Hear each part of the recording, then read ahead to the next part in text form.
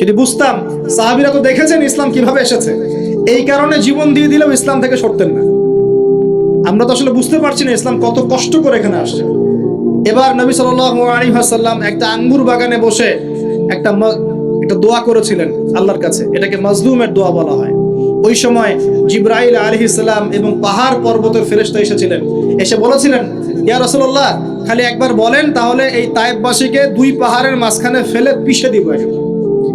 নবীজি বলছেন, বাল আরজু, বরং আমি আশা করি, বরং আমি এটা আশা করি, আইয়ুখরিজাল্লাহু মিন আসলাবিহিম কওমান, আল্লাহ পাক তাদের ঔরস থেকে এমন সম্প্রদায় নিয়ে আসুক, আল্লাযীনা ইয়াবুদুনাল্লাহ, যারা আল্লাহর ইবাদত করবে, ওয়ালা ইউশরিকুনা বিহি শাইআ, এবং তারা আল্লাহর সাথে কাউকে শরীক করবে না।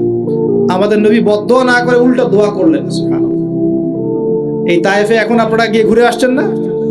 অনেকে গেছেন হজ করতে, উমরা করতে, ঘুরে আসছেন। ওই তায়েফ ছিল এই জায়গা। এই তায়েফবাসী প্রথমে ইসলাম কবুল করে নাই।